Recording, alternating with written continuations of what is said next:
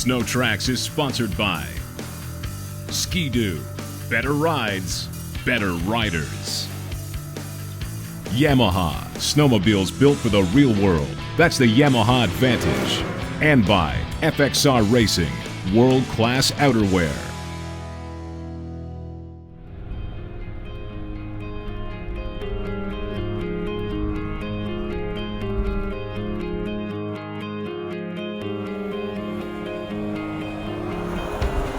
I bought a snowmobile 45 years ago before I was old enough to drive a car, and I've been hooked on snowmobiling ever since. Got involved with my local snowmobile club just outside of Kitchener-Waterloo, and learned that they needed a bunch of volunteers to help promote this business.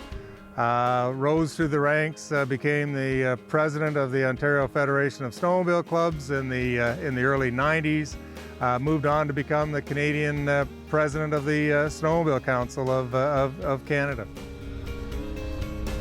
Snowmobiling is a passion of mine, and on an annual basis I'm fortunate enough to have the time that I ride between 6,000 and 10,000 miles every winter. It's involved every aspect of my family, and I've been able to enjoy trail riding with my wife. It makes the winters pass pretty quickly. I've been riding with Harold for over 35 years in Ontario and Quebec, and we've gotten ourselves into some crazy situations and somehow managed to get out of them. Snowmobile is something we've always done. We did it with our children when they were young, and we are looking forward to doing it with our grandchildren. This year, Harold picked up a 2006 Mini Z for our grandson Owen. He's 4. And Harold is hoping that he will enjoy it as much as he does. After all, these kids are our future in snowmobiling.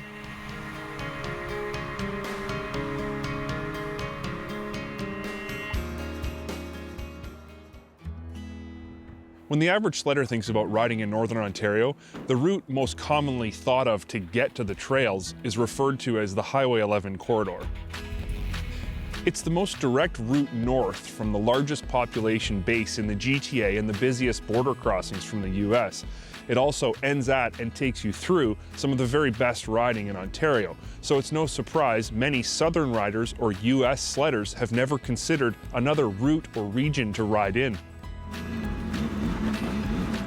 The truth is, limiting yourself to this route north is keeping you from experiencing what we feel are some of the best, most well-kept, and most scenic trails in the entire province.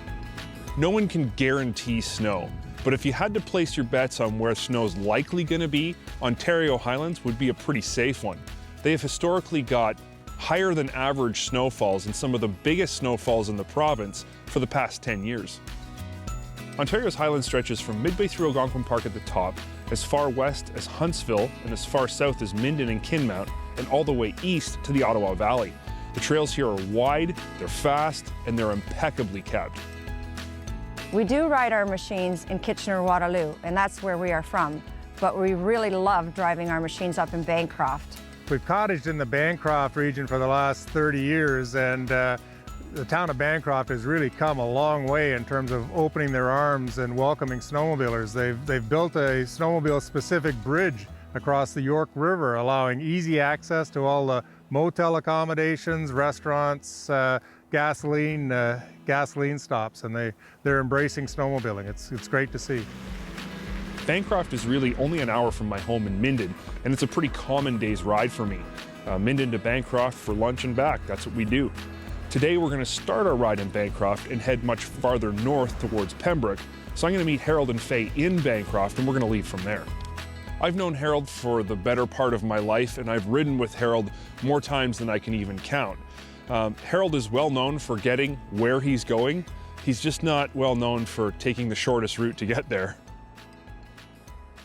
Bancroft to Pembroke is a very doable one-day trip, although it's a pretty long one day. We're fortunate on this trek to be able to break it up into 2, and we're going to be staying overnight at what normally is our lunch stop at Spectacle Lake Lodge to break the trail in half. It's about 125 miles to get there from Bancroft with some incredible scenery on the way.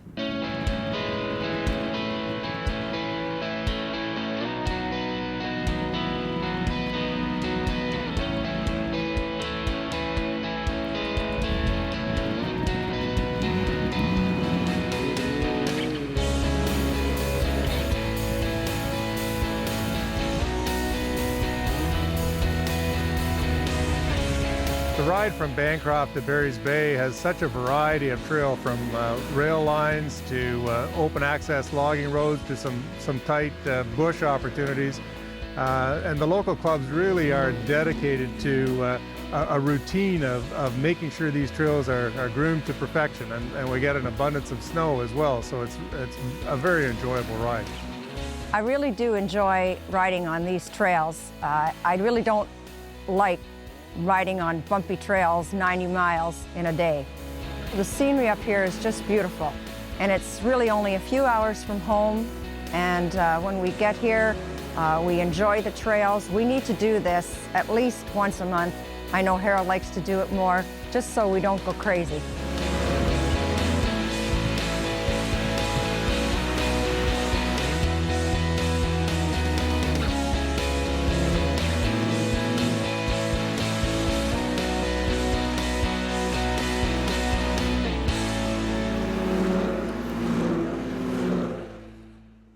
Harold's well known for putting on big miles in short periods of time, which is why I was really surprised when partway through the ride he pulls off the trail into a rest area.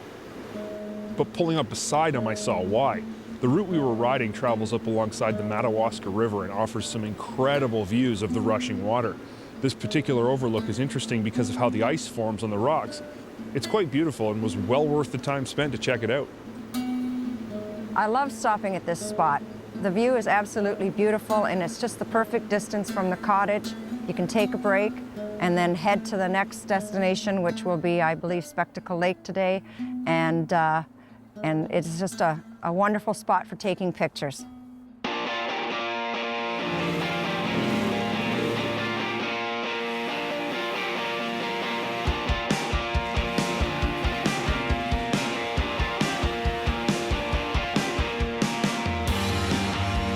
After this waterfall, we've got about another 25 miles to go to get to our destination at Spectacle Lake Lodge. Again, rail line and great forest access logging roads. It truly is a great ride with some beautiful scenic vista outlooks along the way.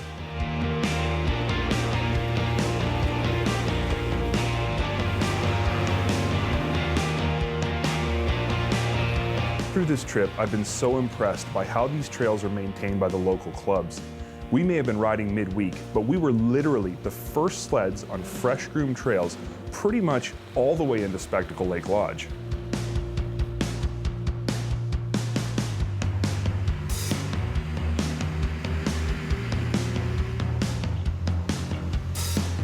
I've stayed at Spectacle Lake Lodge a few times in the past, and this place caters to pretty much any outdoor enthusiast, from skiers and snowshoers, hikers, ice fishermen, ATVers, and of course, us snowmobilers.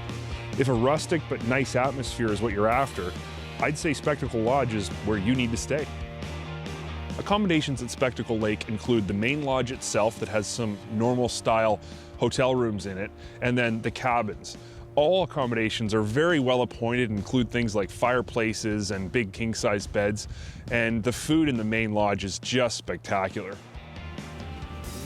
Riding as much as I do, I've seen all sorts of snowmobile accommodation, some pretty nice, but some absolutely awful.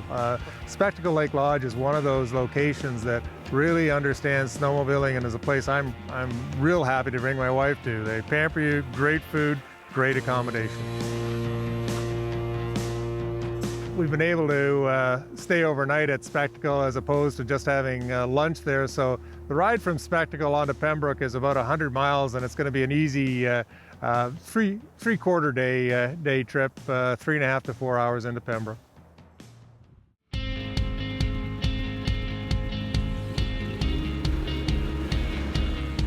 Since Spectacle Lake Lodge is right on the trail, we got an early start in the morning.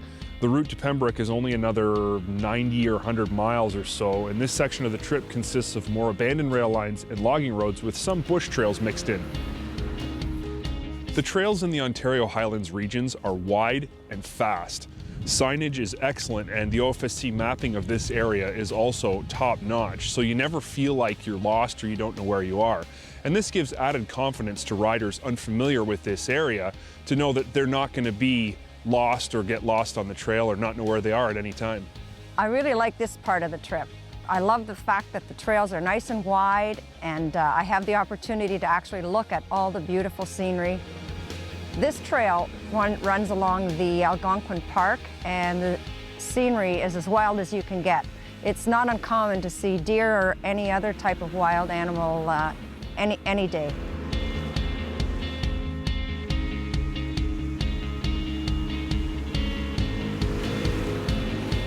You know, the trip from Spectacle Lake, Barry's Bay onto Pembroke is, as I say, it's just under 100 miles. You got to make sure your machines are topped up with fuel, have your spare parts, spare belts, because there really is very little in between Barry's Bay and Pembroke. You've got a one-stop deal. Great scenery, a great trip.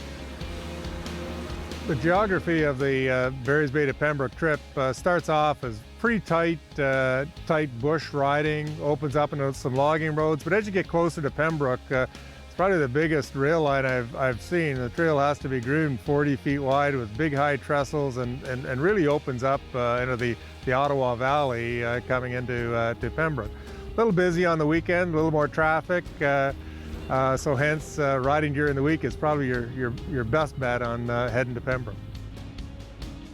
Like the town of Bancroft, the town of Pembroke does an excellent job with their trails.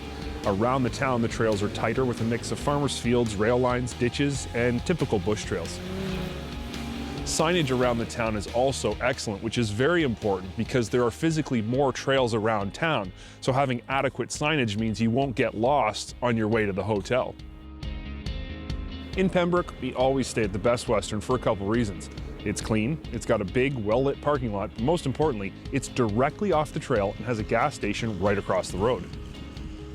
The ride from Barry's Bay to Pembroke was pretty easy, so we got in really good time mid-afternoon, and that gave us lots of time to get unpacked, cleaned up, and then get out for a decent dinner in town. Having grown up in Pembroke quite a few years ago, Pembroke has grown to embrace snowmobiling. It's a great town, restaurants, accommodation, everything you could possibly want. A real comfortable stop on your stay, particularly if you're going around Algonquin Park. Depending where you're arriving from, Pembroke could also be a great destination to start your trip from, in that you could do this same trip that we've done in reverse, back to Bancroft, including Whitney, doing any number of circles out of the Pembroke area. The routes south and northwest of Pembroke are part of Ontario's Round Algonquin Park, or RAP Tour. It's one of Ontario's most famous multi-day trips, and it's one I did with a few friends a few seasons ago. Our ride started at our home base in Minden, Ontario. Two of my closest friends, Stefan and Joel, and I set out to conquer the 3 to 4 day ride all the way around Ontario's largest provincial park. The first leg of the trip took us to Pembroke along the same route that Harold and Faye and I traveled. But after our stay overnight in Pembroke, the guys on the trip took off above the park towards Mattawa. This trail follows a pipeline cut out of the forest that runs very much in parallel to Highway 17. To say this trail is wide and fast would be a humongous understatement. It's easily one of the best, most fun trails I've ever ridden in this province. Since there really is only one trail that heads to Mattawa, the only thing you have to worry about once you're on that trail is making sure you get to one of the gas stops that's scattered along the route. During our ride, we found a little gem hidden along the banks of the Mattawa River that made for a perfect rest and warm-up stop, but that break was pretty short-lived. To get all the way across the top of the park to Mattawa in one day takes a bit of a commitment. You really don't have a lot of time to waste, so Steph and Joel and I jumped back on our sleds and put on as many miles as fast as we could. Our ride across the top of the park as part of the RAP Tour highlighted one particular thing in my mind when it comes to riding in Ontario. The trails here all seem to go somewhere. Some places are farther away from others, but no matter where you ride from, you always have a place to go. Harold and Faye and I chose to ride the Ontario Highlands regions, and the trails here proved to be among the top 5 best I've ever ridden. It's also an area I typically would not think to ride other than as part of a larger tour like the RAP, because it's just a little farther off the beaten path than what I'm used to. But over the past 2 days, I learned a very important lesson. If Ontario is your home, or it's where you ride from most, you really owe it to yourself to mix up where you ride. Try a different region or different trails, leave from a different town. you might just be missing some of the best trails you'll ever ride. Nowadays, all manufacturers are making extremely high-quality snowmobiles. Some are more aggressive looking, some are more tame, but Arctic Cat, they're in a totally different category all of their own.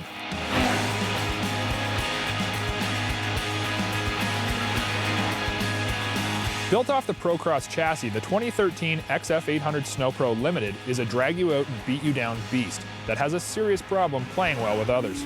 Ultimately, this sled has the goods to deliver what Arctic Cat is all about: domination. So put your big boy undies on and stretch your fingers, because the XF800 can be a little unruly. Right out of the gate, I'm going to be real honest. The Nikasil-plated 794cc heart of this beast is not winning clean energy awards at startup, and is definitely the smokiest of the 800 bunch. But where there's smoke, there's fire. Hands down, the 800 Cat is the fastest 800 in the business on top end. Nope, don't care what you say. I've got multiples of all the competition sitting in the back cave, and the Cat comes back for more beatdowns every single time. Is it the most techy? Nope. Is it the cleanest? Not a chance. But it'll cover your red, blue, and yellow sleds with a layer of humiliation every time you pull big digits. And if you're the tuner type, it's the easiest sled to get a few extra ponies from by a long shot, due to the still relatively simple design of the motor package and fuel delivery system. The fact that the Cat 800 still uses a throttle body EFI setup and not semi-direct injection means that it scavenges gas through the crankcase, which washes down oil, sends it up through the transfer port, and out through the exhaust. The dual spark plug head design of the 800 is an effort to clean up the motor and ignite all available fuel in the cylinder. The motor is a little rough running, but it's the epitome of under-promise and over-deliver, cranking out 160 plus horsepower from the factory, and those numbers are from an independent research company, not Arctic Cat's dynos. So how does all this power transfer to the ground? Besides the big lake running domination, the 800 is surprisingly responsive at low speeds and through mid-range power. Corner-to-corner trail carving feels natural on the XF, and a healthy dose of ski lift when massaging the mid-range torque can be felt. Blipping the throttle through the mid-range keeps the rear end light and allows for a nice, smooth corner exit. This sled is, in one word, fun on twisty trails. The 141-inch skid can drive through corners in heavy snowpack, but ultimately, the beefy carbides from the factory help to pull the sled through the corners. Arctic Cat is still yet to tip the rails on their 141-inch skid, which most other manufacturers with slide rails over 137 inches have already done, and I believe it'd make the front end of this sled far more confident. A longer track typically means more push, and the XF does have a push problem. Tipping the rear of the rails on this sled would no doubt give it a more 136-inch-like footprint on hardpack and help the triangulated race-inspired front end do an even better job of keeping the XF on target while not compromising off-trail capabilities. While on the topic of the front end, it's important to note the nearly perfect handling characteristics delivered from the wide-spaced A-arms. Arctic Cat has the suspension geometry dialed on this new platform. Utilizing Fox Float 2s, the front-end design of the Arctic is the most recognizable in the industry because of its incredibly tall spindles and swept-back A-arm design. Because of the positioning of the hardware up front, the energy from trail impacts can be transferred almost entirely to the upper spar of the XF frame, reducing chassis flex and delivering a smooth ride. This suspension design chews bumps and truly delivers superior handling.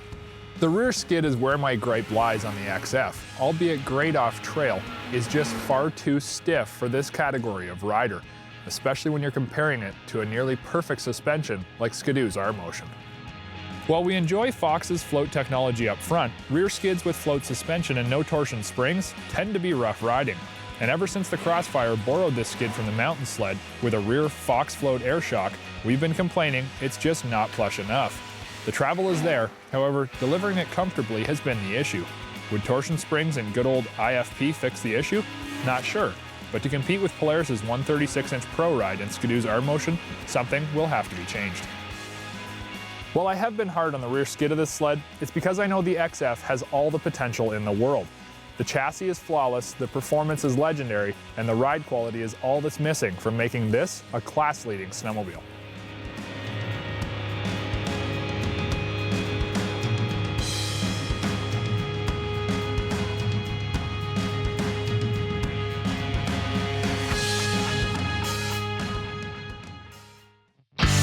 SnowTrax has been sponsored by Polaris, Terrain Domination,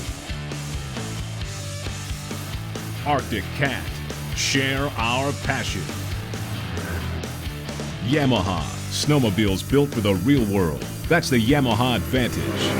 And by Go Ride Ontario. There's no place like this.